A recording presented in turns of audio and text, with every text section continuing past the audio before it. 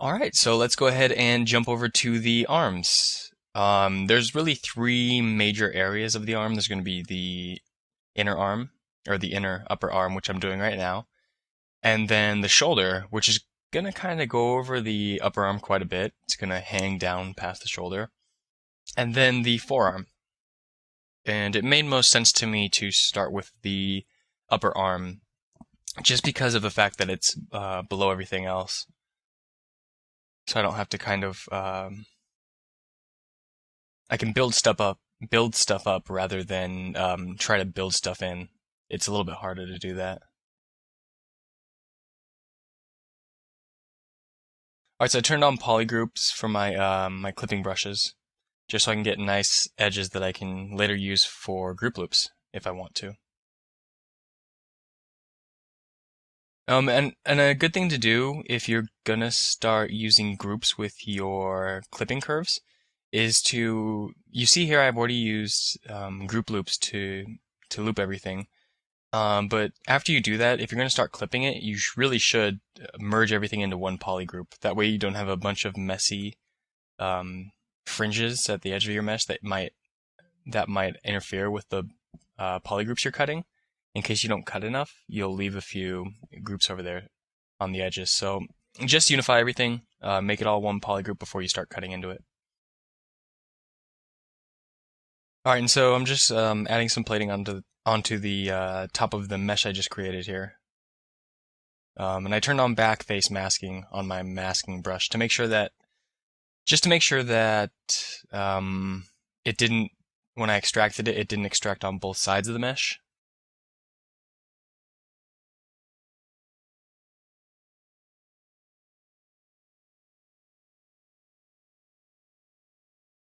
Alright, so I'm just going to go ahead and clip around this,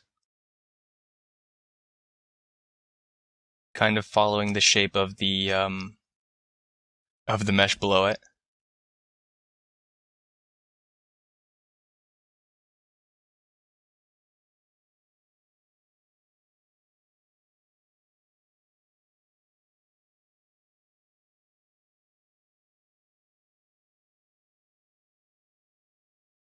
Alright, so now we can go on to the tricep area. And you can see I'm just using the upper arm that we already had from the concept to make all these pieces.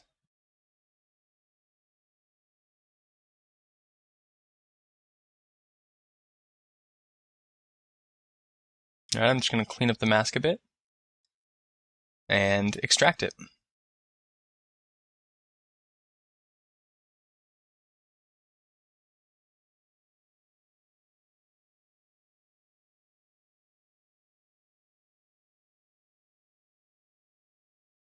I deleted the other side of the tricep.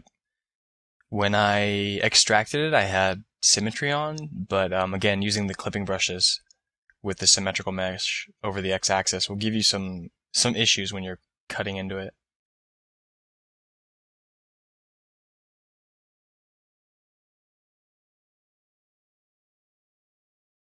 Alright, and same as the bicep, I'm just going to go ahead and extract the an upper area of the tricep. And hopefully you can kind of start seeing some themes in the process by now. It's very repetitive, but it does, there's a reason it's repetitive. If I chose to do a different strategy for each object, the mesh would look completely just all over the place. So once you find a good way to go about the character or the object you're making, whatever it may be, just stick to it. Stick to what works.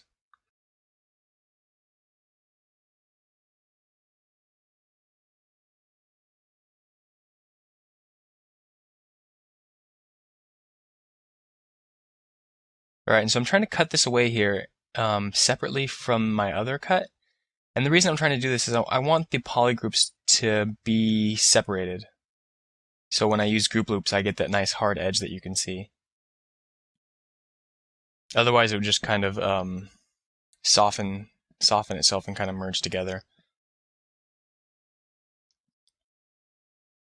All right, so I'm looking at this at an angle to get that cool angular look. And now I'm going to go ahead and start adding some tubing. And this tubing won't be the final tubing. In the end, we're going to go ahead and actually redo a lot of this tubing with the final details. But what it's helping me with right now is to inform decisions about what other objects I'm going to create around them that's going to be kind of surrounding the whole thing, and just to see how it would look with tubing.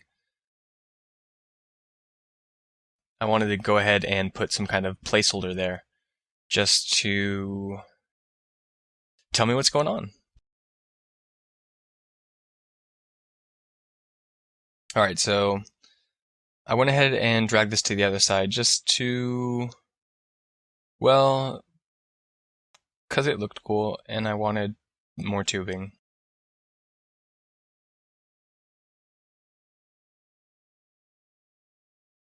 And you can see I kind of want to insert into this upper under shoulder area, which we're going to go ahead and create next.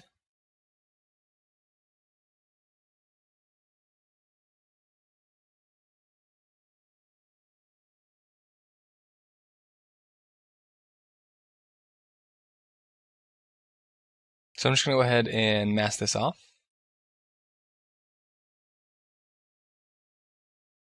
And after I extract it, you'll never guess what I'm going to do with it next.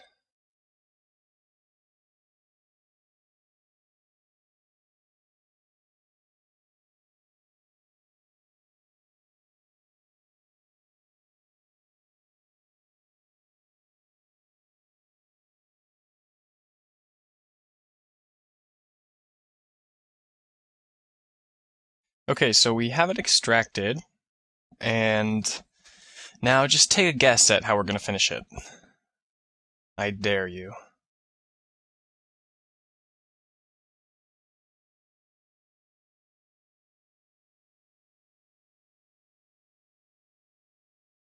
Alright, so after we go ahead and clip all this, I'm going to use clip circle center to kind of make it look like it's made for the tubing. And just kind of use the move brush to move it into position a little bit.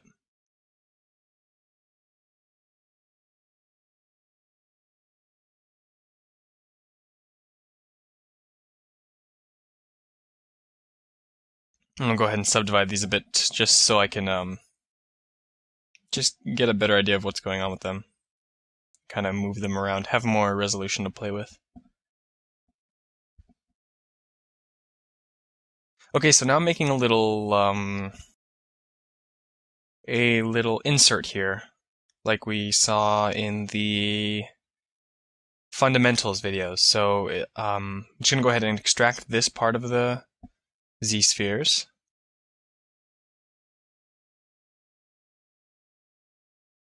So we have a nice nice little insert here, and then just create that ever so nice angle cut into it.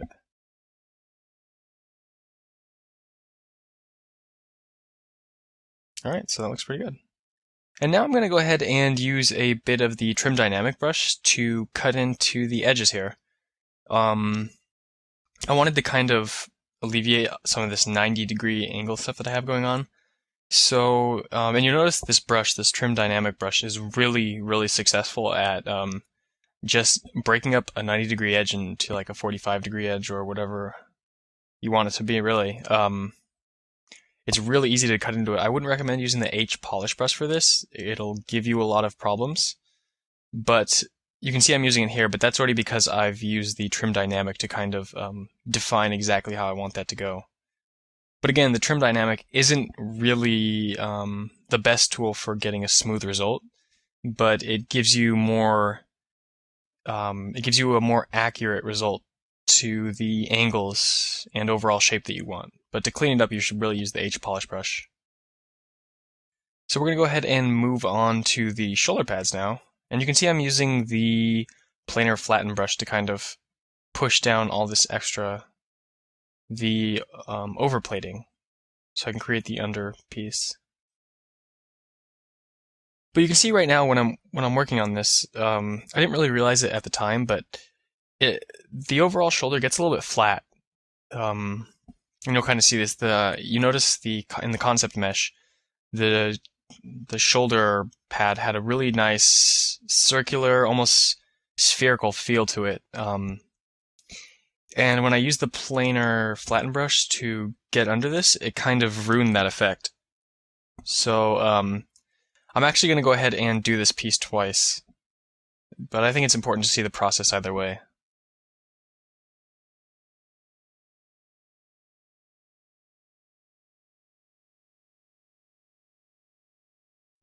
And it was actually after this this creation of the shoulder pad that I had to come up with a new way to make my fundamental meshes to extract from. And so in the next one, I'll go ahead and use just a standard polysphere. And then that'll kind of influence me to use more fundamental meshes in order to extract from.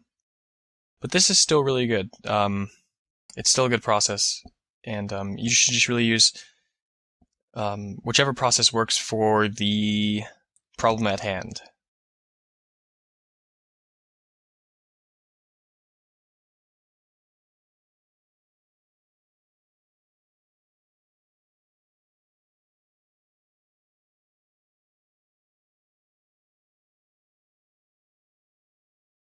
So I'm not really worrying too much about the overall shape, because I can use the move brush to realign all that stuff.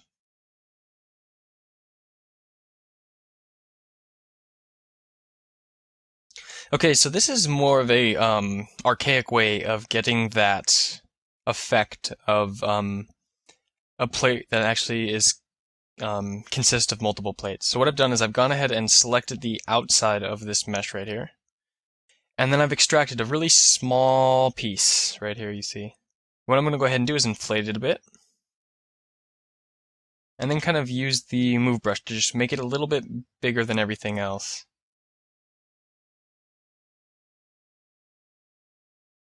Again, a lot of this stuff was really problem solving and figuring out which technique worked best for each situation. And I really only used this technique once because it was a really long process, but it should be helpful in some situations where our other technique of using edge loops would not work. So I'm going to go ahead and extract this next piece out of here.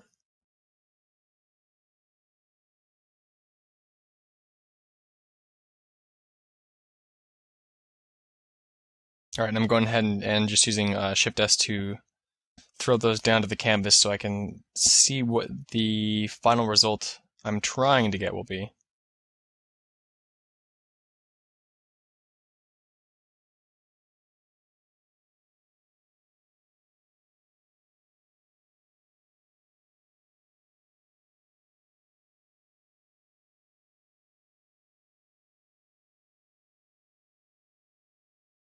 Alright, so now we can go ahead and clip this all the way through.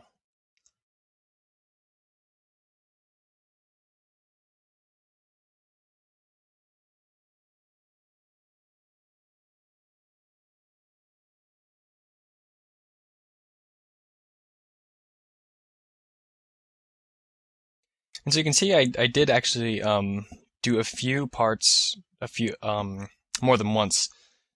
And I did the arms more than once as well, and that was actually edited out for time reasons. But it's really good to note that if something's not working, you just have to keep on trying new things and figuring out, okay, this doesn't work. What else can I try? What else will make this this conform to what I already have and the what I already have and I already like. You want to kind of make everything unified in that way.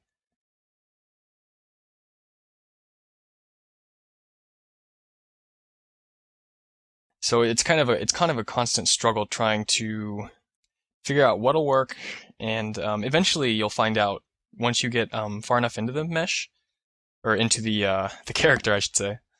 It has has some personality, so we'll just call it a character. Once you get far enough into it, you really start to understand exactly what will work for the character, and what won't, and the process will get faster and faster as you go through it. So this is actually the second time I've gone through the forearm.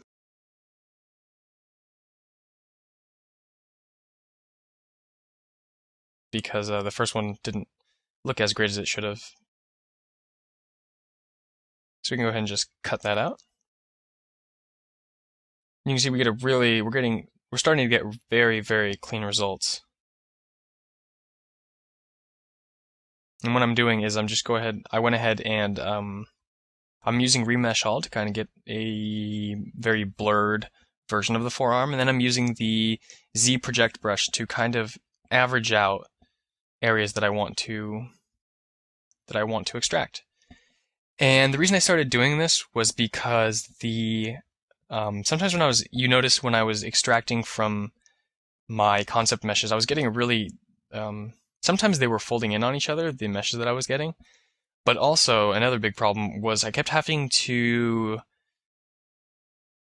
get rid of the edge polygroups from the extraction, because I had to, after I group loop them, I would have to unify them so I could get rid of all the floating geometry that was just kind of stray polygons out there that you've seen kind of floating around. And that was something that I didn't really want. So I tried out a few new methods to see what worked, and this one I found worked the best, was to just remesh it and then kind of make it look so make the mesh conform as close as possible to the concept mesh. And then I would just use my masking, extracting, and cutting tools.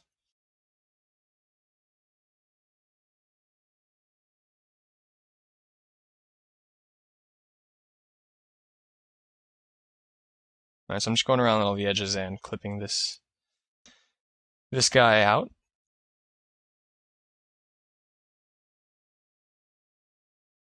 And actually what I've done here is, after I clipped it, I had polygroups on for my clipping.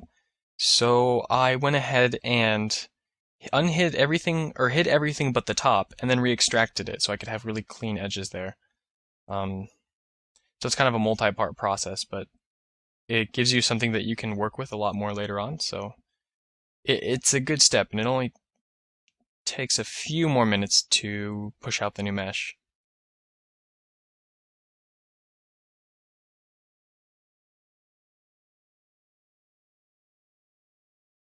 And you'll notice that I'm working. I've always said, work from the center of the character and build it up outwards to give that illusion of depth. And the reason I'm kind of starting with the outer parts of the forearm is because I didn't quite know what I wanted to go on the inside yet. And it would have been kind of a struggle to figure that out before I went into this. So what I did was I just went ahead and worked from the outside to the inside, and but having an understanding that, okay, there is going to be something under this. Most of it's going to be the guy's forearm, obviously, but there's going to be something in between that that will make this forearm feel like one real big piece of armor.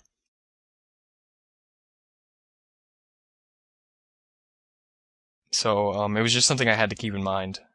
It's a little bit hard to work backwards like this, but in some instances it may be a bit easier. But definitely, if you have the option to work from the bottom or the core of the mesh and work outwards, it really is something that will help streamline the process.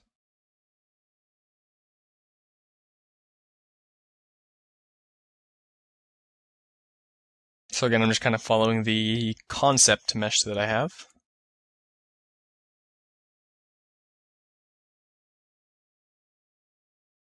Now I'm kind of making way for these exhaust vent things that I put in the concept mesh. And the clip circle center was the best way to go about allowing for that area to exist. That's the brush I used.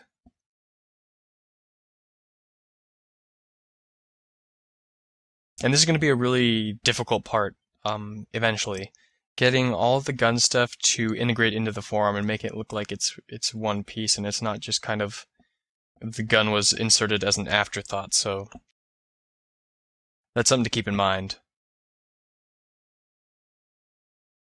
You really want everything to look like it has a purpose. There's a reason for it being there, not just really cool details. Cool details can be cool, but they should also look functional.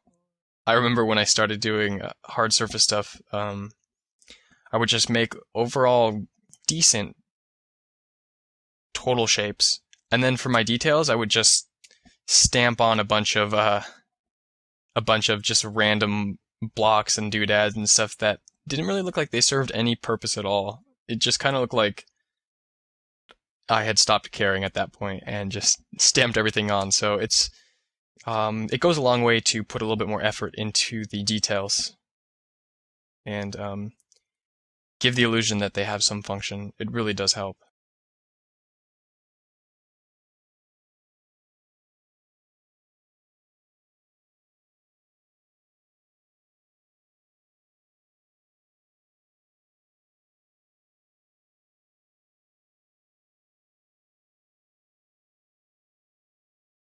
So how I have almost all of the outer pieces of the forearm done. So I have them all on hidden, so I can actually use each piece to inform my new meshes that I'm making.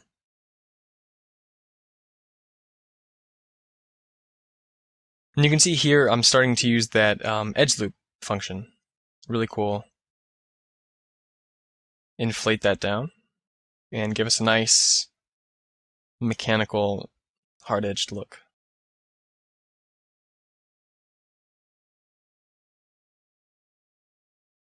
And you can see when I have the concept mesh hidden, you can totally tell that I'm starting from the outside and working in, because a lot of the it's basically a holy mesh. There is no core to it, and you can totally tell. You can see right through it.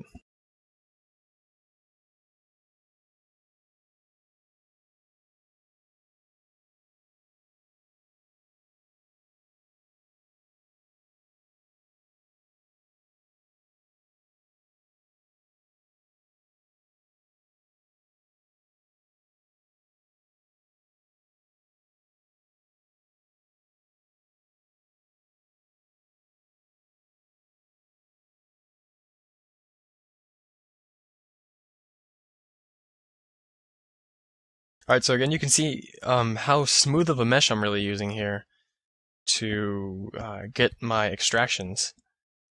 For this particular smooth mesh, what I just did was I unhid all my final piece of the mesh that I had so far, and just kind of moved this smoother mesh into position to kind of align with them, so I could make my extractions a bit easier.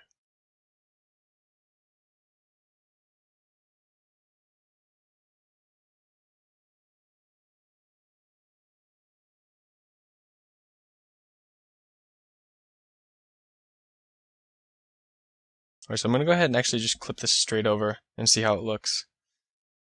And I think it turns out pretty well. Instead of having to follow the curve around, it would have been a bit of a struggle to do that. Alright, so now we'll move on to the back of the hand area, kind of. And you'll notice during the creation of all of these, I've really kept in mind that this thing is not a statue and it has to move. So you'll see like the front where the thumb is, that kind of the wrist area right there that we're focused on right now. The back of the hand, and actually the forearm part of the armor that's on the palm of the hand. All of these things are separate objects, so when he moves his hand, they will kind of rotate and rotate around a pivot to allow him to move his hand, so it's not stuck in some little forearm cave. And that's really something to really keep in mind. We're not making a statue, we're making a character.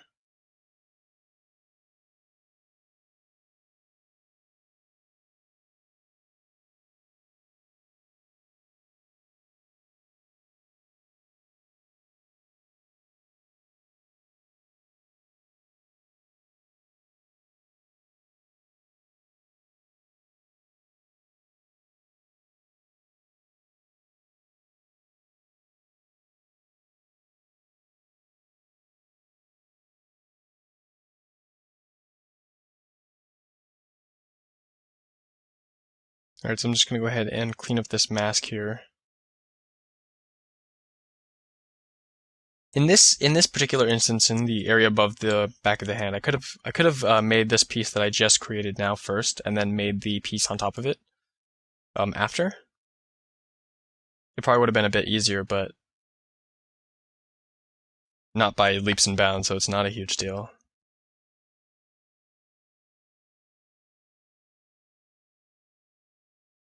Alright, so I'm just trying to conform my curve, my clipping curve, to the mesh that I already have.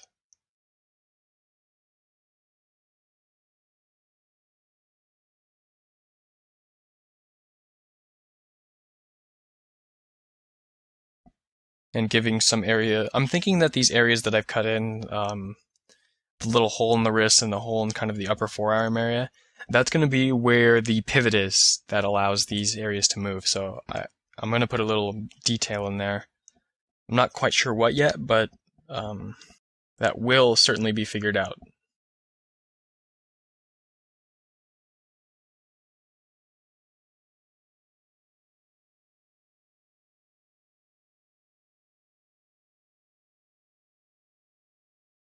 Alright, so now I'm really going to start working, or focusing, I should say, on the, I'm going to start building it in. I'm going to start moving inwards from what I've already created. And what I'm trying to do here with creating all these inner pieces is, first of all, I need to make sure that there's no holes in the forearm armor. So if I unhit everything, including all these kind of template meshes that you see, am I going to be able to see through the forearm? And if the answer is yes, then we need to go and fix that. And so I'll constantly unhide all of my, like you see I have the concept mesh visible here, but I would go ahead and hide that and then see, okay, is there any holes here? Yes? Okay, let's plug it. And I just start plugging holes with meshes. And these meshes don't need to be too intricate because really their function, most of their function is to plug holes. So they don't need to be too intricate. Of course, like the one we're making right here will be seen a bit more than some of the other meshes that will be under there. But again, it's not going to be as seen as some of the, for example, the piece right below it.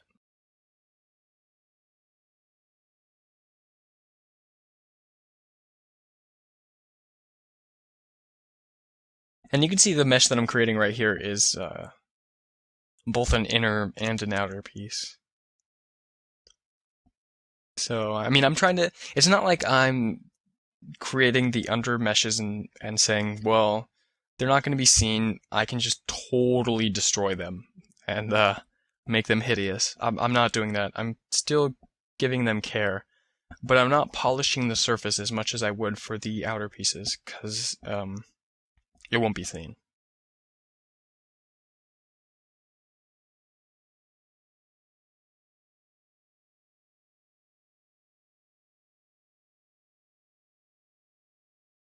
And you can see this area is kind of a hinged area also, just in case he rotates his arm in that way that would need this place to be able to bend.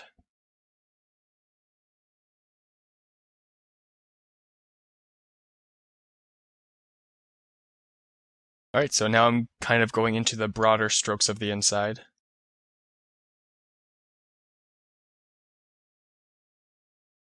And eventually, once I get in enough, what I'll go ahead and do is just create a nice, wholly cylindrical thing that would almost act as padding, I guess, for the forearm.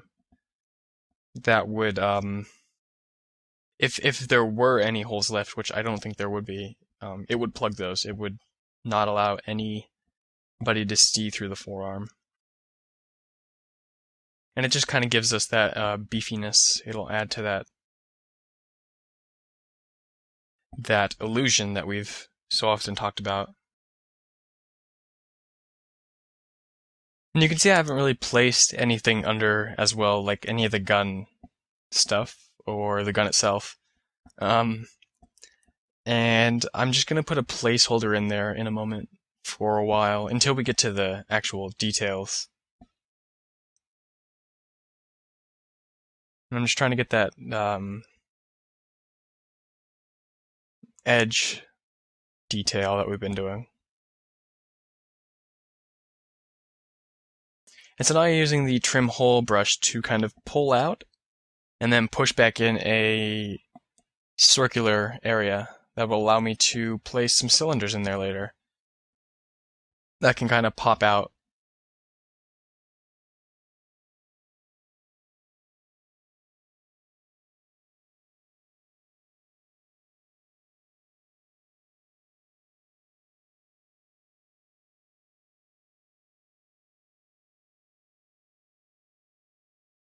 Okay, so now I'm making the inner piece of the palm area, the forearm palm area, that junction. And after I group loops, I'm just going to go ahead and do some clipping.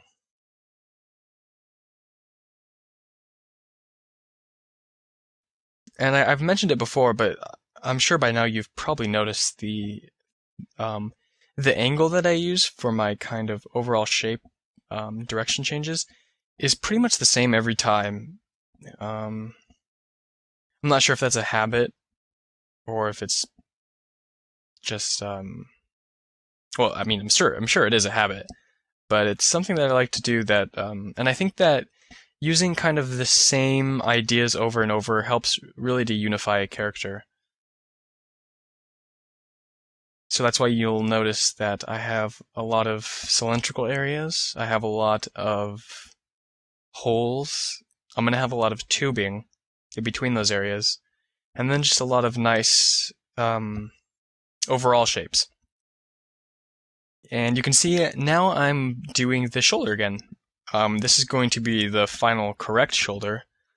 And I've started from a not a Z-sphere, a polysphere, one of the default tools that comes with 3ds Max. ZBrush, and it's basically just a cube that has been subdivided several times, so it's spherical.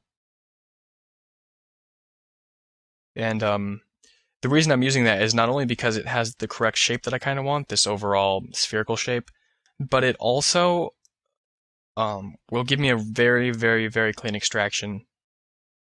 And that's really what I want. I want to keep these extractions as clean as possible. So I'm going to go ahead and clip out all these areas.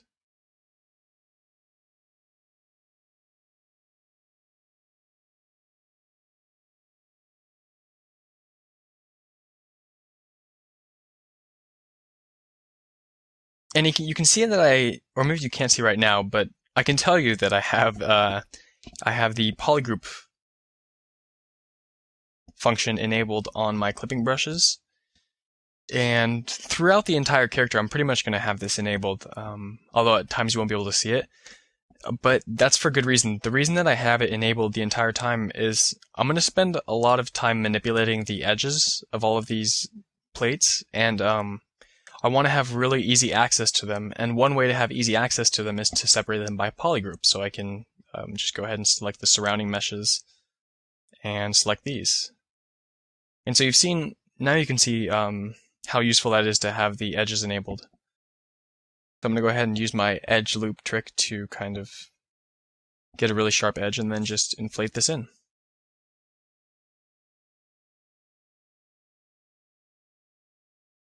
Okay, so I'm going back to my oblong sphere, and I'm just going to create the next piece, the next under area.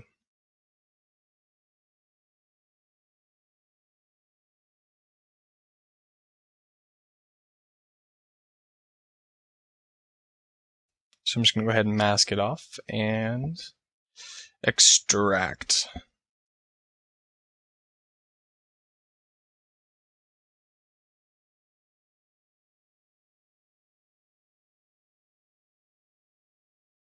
And you really got to pay attention which way is the easiest to extract.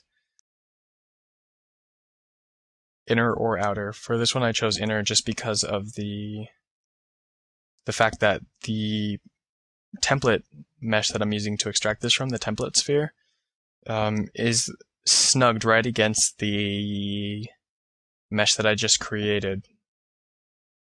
So I really want to push that in. And you'll notice that the most that you can extract at, or the thickest you can extract at, is a value of 1. That doesn't mean that you can't get thicker extractions. And the way you do that is you'll notice that when you extract, you'll have polygroups. And so what you do is you go ahead and hide all of the polygroups except for the outside area or the inside area, whichever side you want to make bigger. And then you just use the inflate deformation tool to make that area bigger. And then when you unhide everything, you'll have a much larger edge area. So that can be pretty useful. I actually used that a few times during the creation of this character. And now I'm kind of creating my cylindrical inlet. And that's just going to be, it's not going to be a hole, it's just a placeholder to put a detail later on.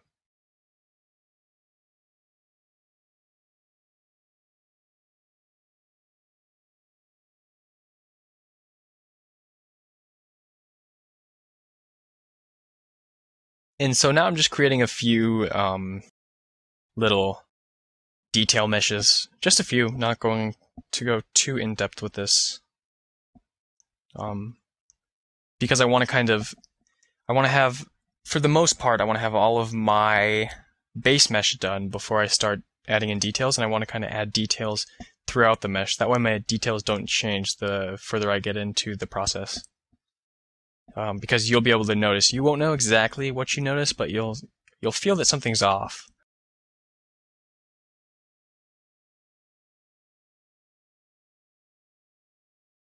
Alright, so I'm just going to go ahead and create this little mesh now that kind of mimics some of the other plating we've made.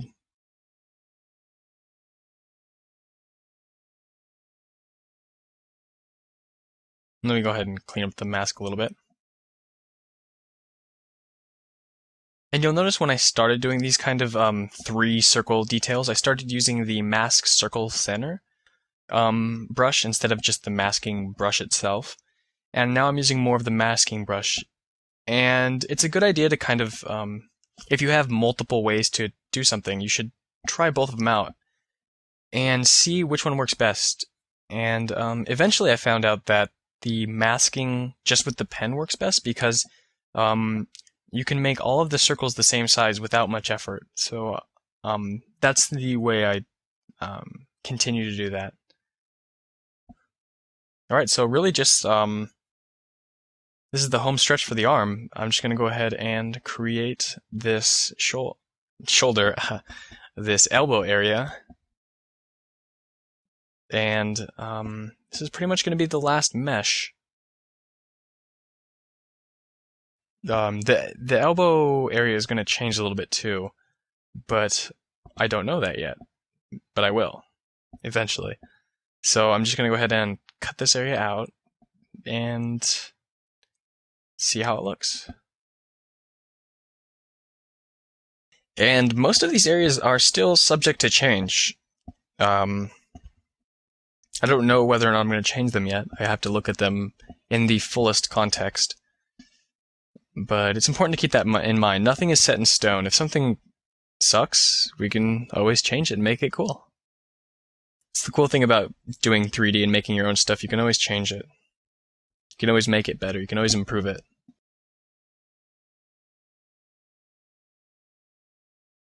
But yeah, I think this is the last piece. So we can go ahead and move on to the legs now.